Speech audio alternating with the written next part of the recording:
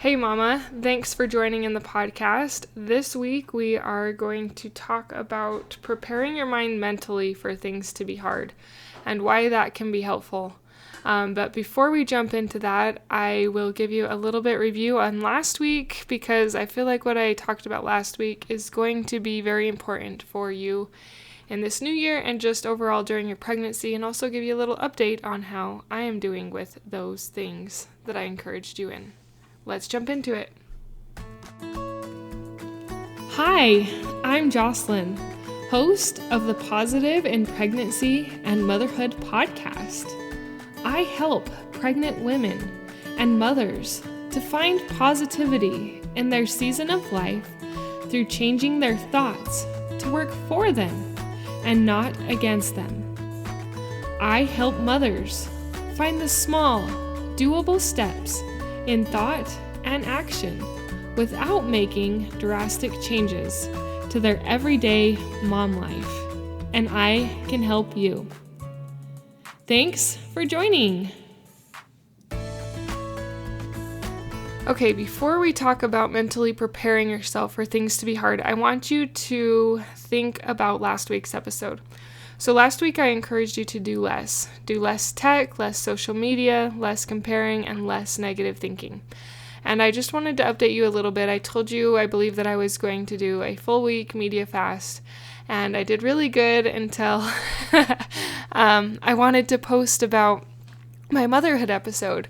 I am doing a series on Tuesdays about weight loss and healthy eating and my goals, and I really wanted to share that. And so I did kind of jump on the middle of the week to share that, but I am back and I'm going to finish out being strong with that the rest of this week. And I just think it's a great reset. It reminds me that there's a lot of things out there that are nice and they're good, but they take up my brain space and they almost other people's lives that I don't even know. They don't know me, and they're taking up my brain space. They're taking up my thoughts, and it just isn't really conducive to where I want to be in motherhood. And honestly, during pregnancy, the comparing aspect of it is not good either. So I encourage you to listen to that episode. I'm not going to redo another episode on that, although sometimes I want to.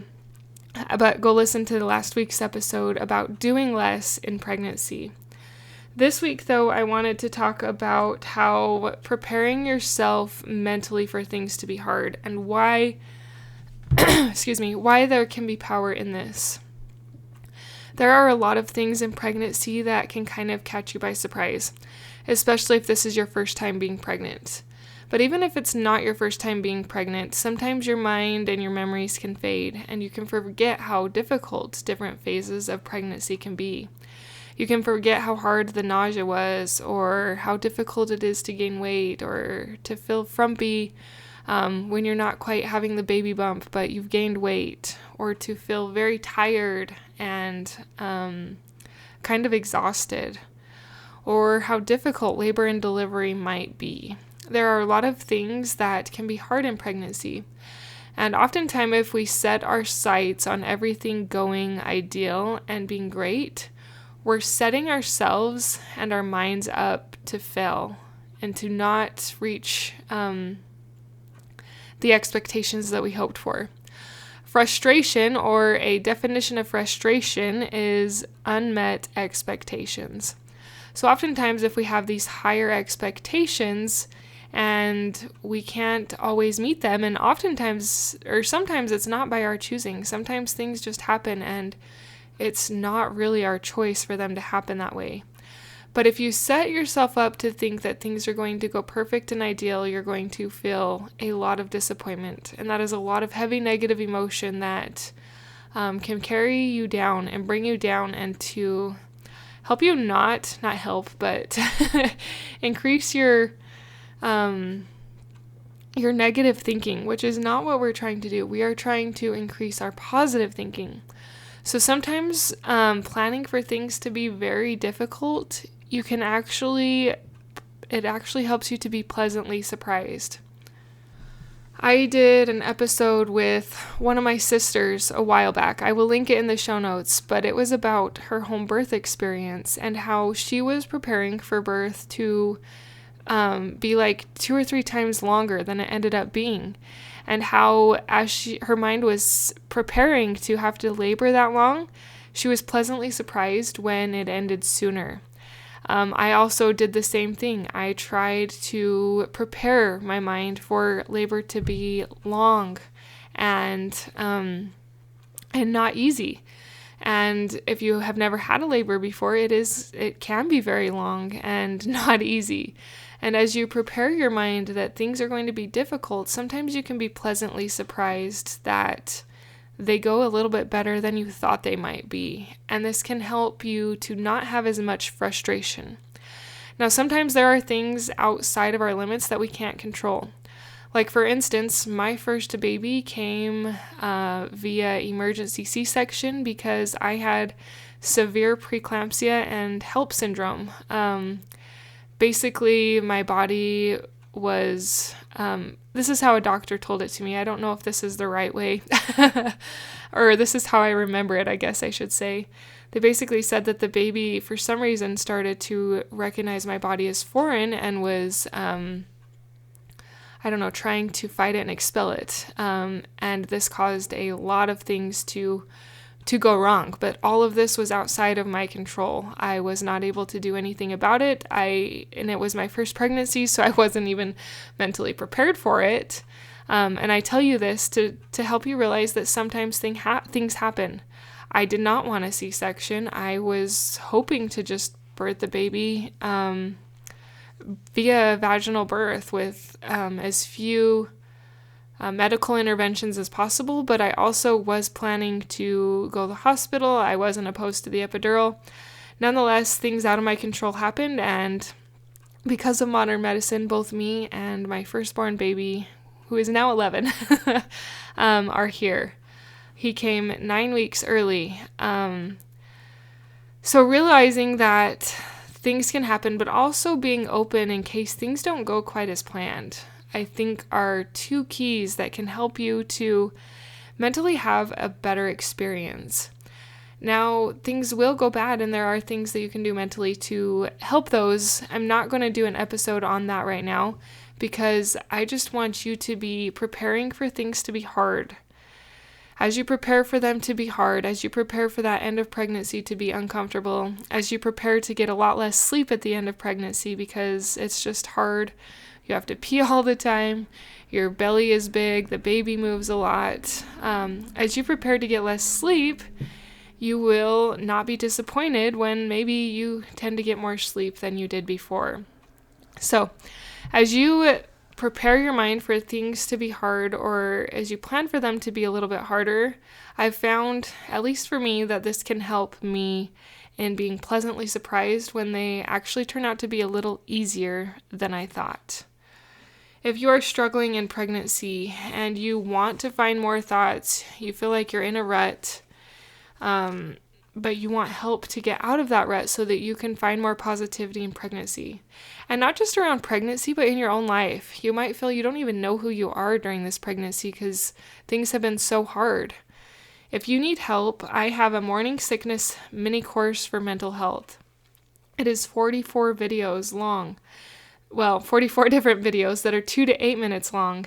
And they encourage you in areas of gratitude, changing the negative to the positive, and pregnancy-specific affirmations. I did this course around 42 videos long because the average, and this is just average, air quotes, the average time a woman is sick is around 6 weeks. Now, unfortunately for some of us, it lasts longer, but I wanted to have a different video for each day of those 6 weeks to help you find more positivity, or to find the videos that work for you to help you during that time. I just wanted so much positivity to inflood your soul and your mind during that time. So I wanted a video for each day. That's why 42. And then I have like an intro and an exit video. So there's 44 videos, but they can help you and encourage you during that sick phase, during pregnancy, just to shift your mindset away from negativity and to find positivity. I also have downloadable audios for these that you can download and listen to on your phone when you're in the car waiting for someone, or when you're out and about and you're just having a struggle and you need a shift. It sounds simple, but it is so powerful. I have used my own course in my 5th pregnancy, and that is the reason I am still podcasting about pregnancy, because it still worked. If it didn't work for me, I would have stopped podcasting about it and not shared any more further. But these tips, these videos, these mindset shifts, they work. Mama, you can do these things. And as you prepare for things to be hard, as you prepare for things to not go quite as you hoped, as you prepare just for maybe them to be difficult, you might be pleasantly surprised that they are easier than you thought.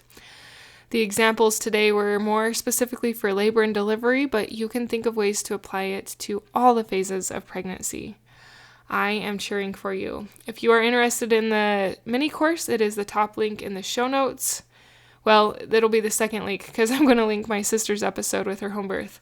The second link in the show notes, you can check that out and keep up the good work. Keep up applying these things into your mind for more positivity in your life and in your pregnancy. Until next time.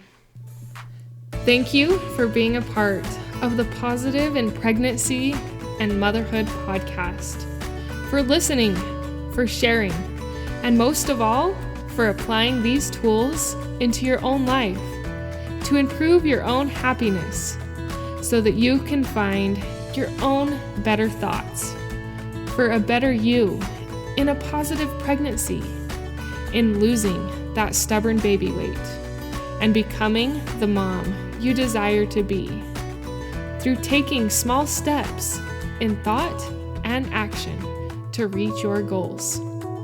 If you are a mother who has an inner desire to enjoy motherhood and pregnancy better, but you are having difficulty figuring it out, I can help you. I can help you find the small, doable steps without drastic changes to your everyday mom life. Reach out, let's connect, and let's see you move forward. My name is Jocelyn, and I thank you for listening. Until next time.